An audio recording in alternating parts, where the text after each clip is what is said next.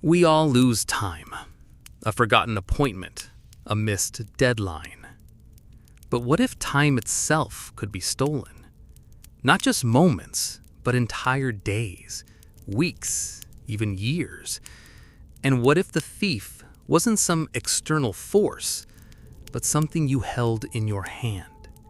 Something that promised to keep time, but only truly knew how to take it. Leo was a creature of habit, a meticulous archivist of his own life. Every appointment, every deadline, every social engagement was logged, cross-referenced, and committed to memory.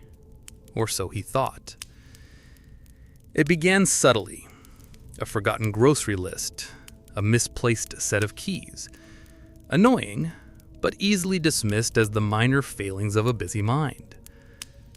Then came the watch. He found it in a dusty antique shop, tucked away in a glass case filled with tarnished silver and forgotten trinkets. It was a pocket watch, heavy and ornate, with a face of dark, polished obsidian and intricate, almost alien engravings on its brass casing.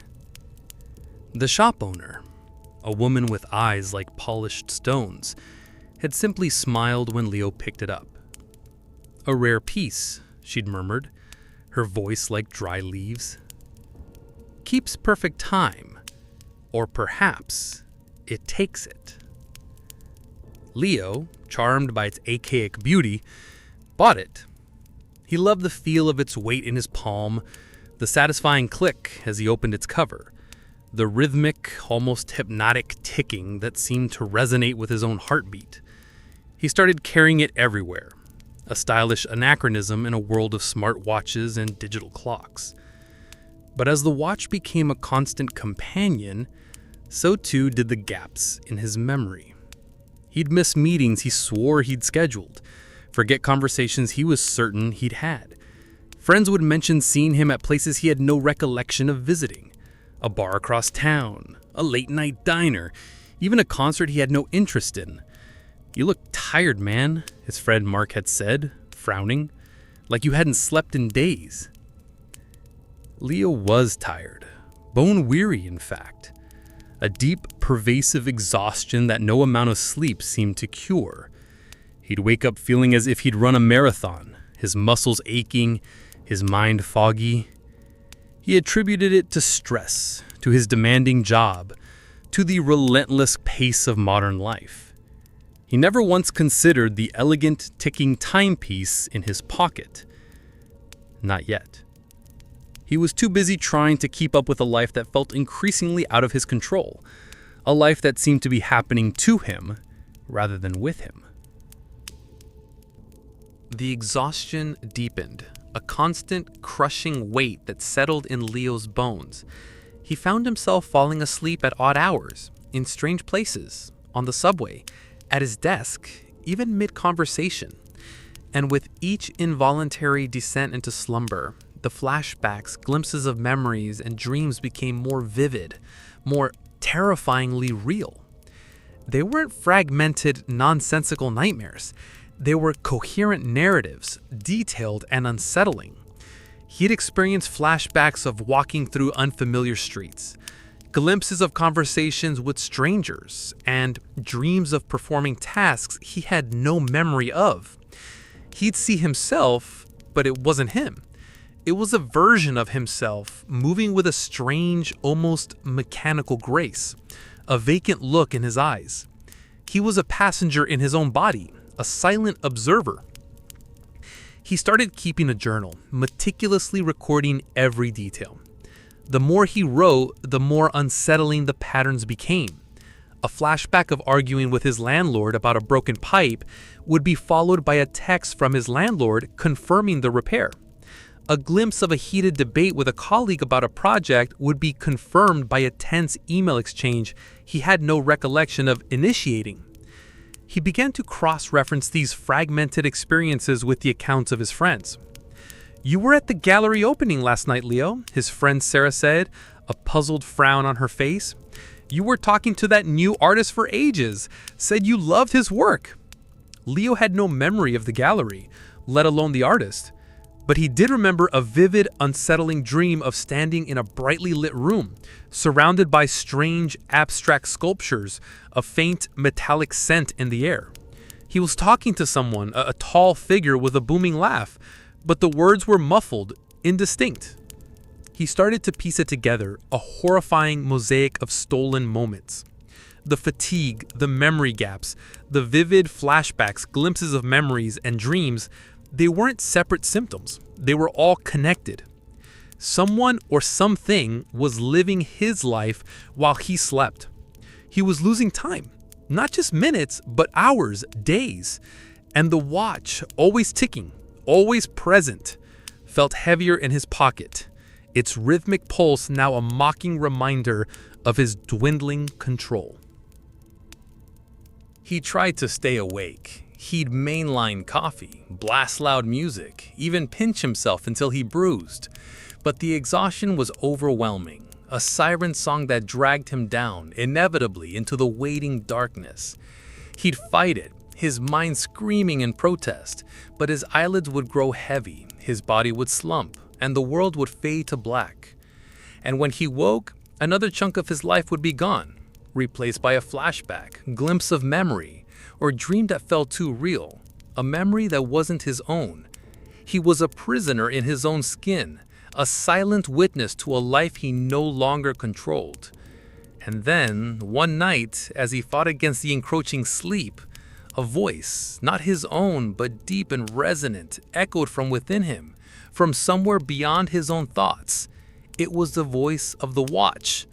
It said, "Just rest, and thank you for the time."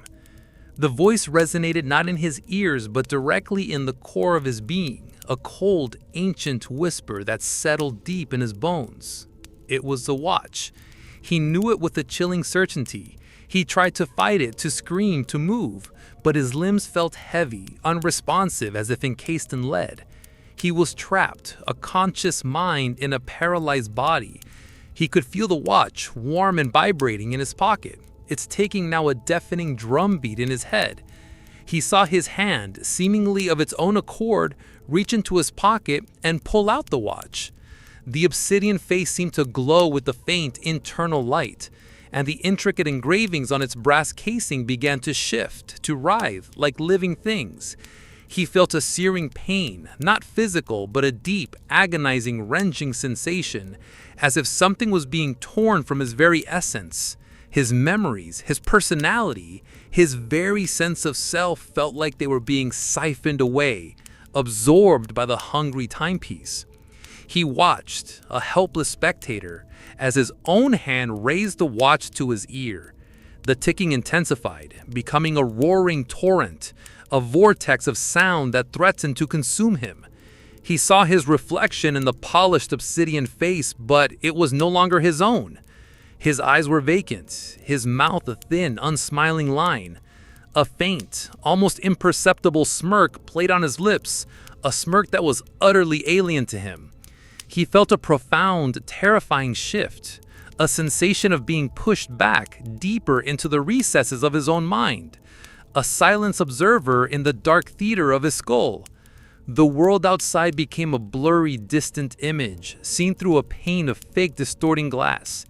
He could see, he could hear, he could even feel, but he could not act. He was a prisoner in his own body, his life now a performance for an unseen, malevolent puppeteer. The watch clicked shut. It's taking now a soft, contented purr.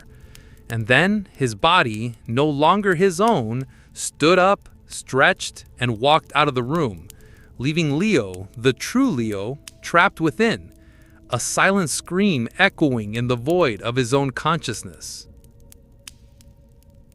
Life continued. Or rather, his life continued.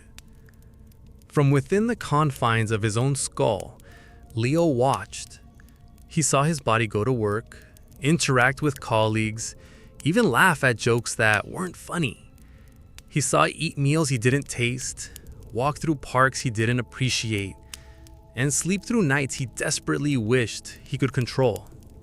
His friends, initially concerned by his increasing fatigue and forgetfulness, now seemed relieved.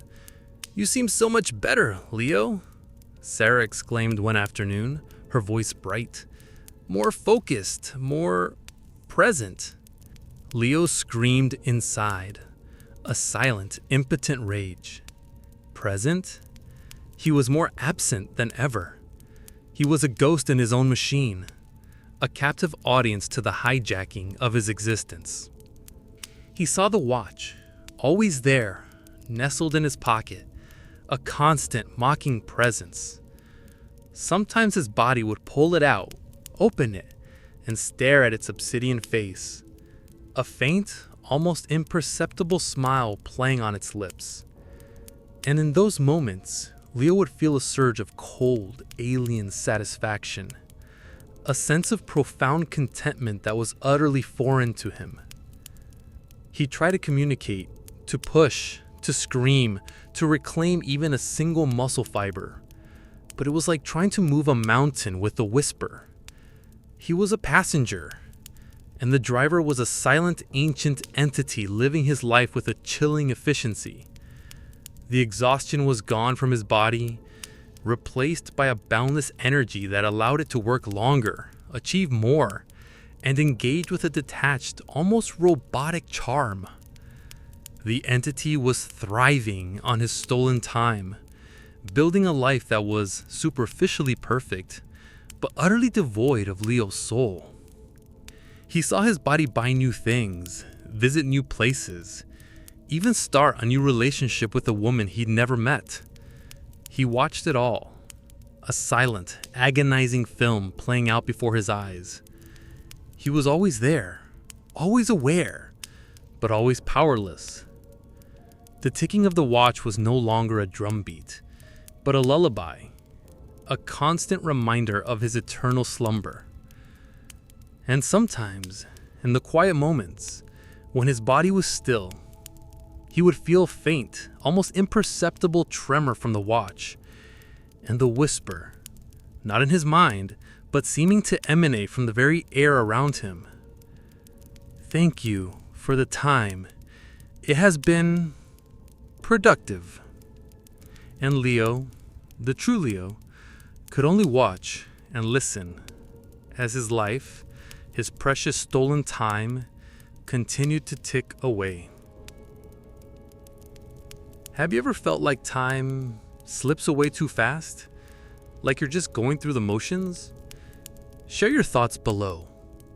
Because sometimes, time isn't just passing, it's being taken.